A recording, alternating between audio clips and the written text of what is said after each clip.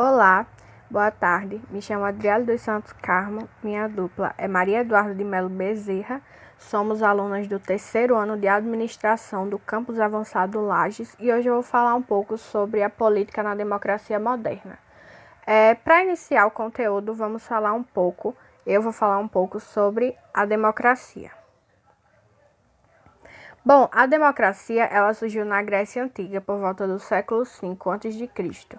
O significado do termo, quando traduzido do grego antigo, é poder, kratos, do povo, demos.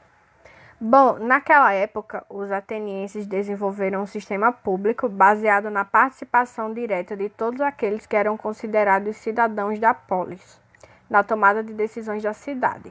Bom, os cidadãos atenienses eles se reuniam em grandes assembleias legislativas na Ágora de Atenas, e lá eles apresentavam propostas de leis e votavam diretamente nas propostas dos outros cidadãos.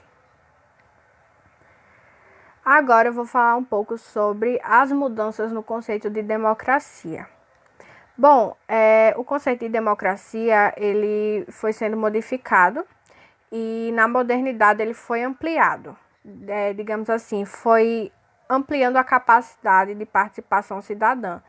E ele somente tomou de vez a forma que tem hoje atualmente, a partir do século XX, com novos modelos e experiências democráticas e o sufrágio universal, que no caso é a possibilidade de votos estendidas a todos, sem distinções.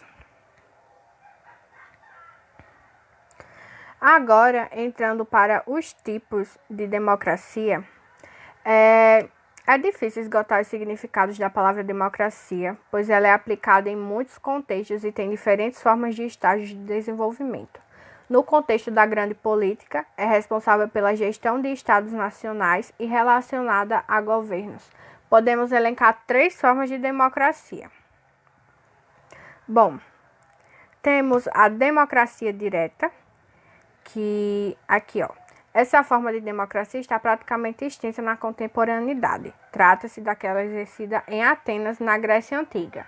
Bom, os cidadãos, naquele tempo, eles se reuniam em praças públicas, que é as chamadas ágoras. Desculpe se eu estiver falando alguma coisa errada. E eles mesmos apresentavam as suas propostas políticas. E lá era escolhida pelo voto popular. Bom, esse modelo era possível graças à restrição do conceito de cidadania, que abarcava apenas homens, atenienses, filhos de atenienses e maiores de 21 anos. Ou seja, não era todo mundo que podia votar.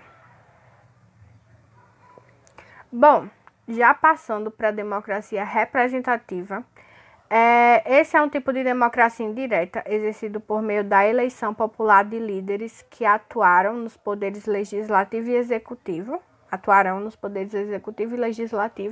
governando e legislando, teoricamente a favor daqueles que os elegem. Bom, ou seja, é o sistema mais utilizado nos dias de hoje, por conter uma lógica de representatividade, em que os políticos eleitos, eles atuam representando a massa da população, que é o que garante a melhor execução em face da amplitude do conceito de cidadania contemporânea. E temos também a democracia participativa. Bom, considerando o sistema semidireto, a democracia participativa situa-se em meio à democracia representativa e à democracia direta. Bom, os cidadãos, eles além de elegerem representantes, eles participam ativamente por meio de plebiscitos e assembleias na tomada de decisões dos poderes, o executivo e legislativo, dando o seu aval para as decisões que deixam de ser tomadas somente pelos representantes dos poderes mencionados. Ou seja, o povo também tem voz. Então, a voz mais importante é a voz do povo na democracia participativa. Passando agora, chegamos na parte de partidos políticos. Bom, partidos políticos, segundo Weber, é uma associação que visa um fim deliberado, seja ele objetivo, pessoal ou os dois conjuntamente. Resumindo aí o que ele está falando. Mas a definição de Weber, ela é bem precisa. porque ela evidencia os pontos centrais que estruturam a instituição. Bom, seu caráter associativo, que está ilustrando nas conexões entre os sujeitos com objetivo e ideias semelhantes, sua função em relação ao processo de disputa pelo poder político de uma sociedade e as possíveis motivações que levariam à busca pela formação de uma ação política combinada entre sujeitos semelhantes. Bom, os partidos, em um contexto democrático, eles são importantes ferramentas para identificar o que pode se esperar de um candidato ou de um governo. Vamos falar agora sobre a democracia contemporânea, partidos políticos. Bom, os partidos políticos, eles são organizações essenciais e imprescindíveis ao bom funcionamento da democracia. Os partidos políticos de massa, eles estabelecem o elo entre a sociedade e o Estado. Bom, eles desempenham a importante tarefa de canalizar as demandas do eleitorado e depois transformá-las em conteúdos políticos programáticos, de modo que possam ser plena ou parcialmente viabilizadas no plano governamental. Os americanos, eles chamam essa função pelo termo feedback. Bom, os partidos, eles contribuem, portanto, para a formação e a expressão da vontade e dos anseios do eleitorado. As críticas dirigidas aos partidos políticos são extremamente válidas quando se referem às suas funções e ao seu próprio funcionamento. Uma crítica construtiva sempre é boa, né, gente? Bom, agora vamos falar sobre os partidos políticos na democracia moderna. Bom, a democracia moderna, tal como a conhecemos hoje, isto é, pautada em ordenamentos jurídicos e instituições políticas sólidas que representam os três poderes, executivo, judiciário e legislativo. Só se tornou possível após a derrocada do antigo regime absolutista na transição do século XVIII para o século XIX. Bom, com a Revolução Francesa e depois veio a Era Napoleônica, surgiram na Europa alguns dos alicerces do que viria a ser o nosso modelo de regime democrático. Bom, a formação de grandes centros populacionais em virtude da Revolução Industrial, a noção do povo associada a uma nação, a soberania política da nação passou a ser vinculada a esse povo e não mais ao rei, e a instituição do voto ao sufrágio universal como parte do sistema representativo direto. E agora vamos falar sobre os maiores marcos da democracia moderna.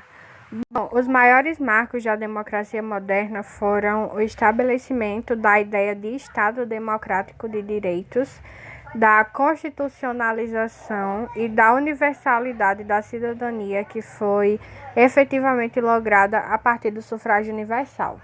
Bom, o último que eu falei, que é o sufrágio universal, ele atingiu seu ápice com os movimentos feministas, sufragistas, que tomaram conta da Europa no fim do século XIX e na primeira metade do século XX, do século passado, reivindicando o direito de voto do voto feminino.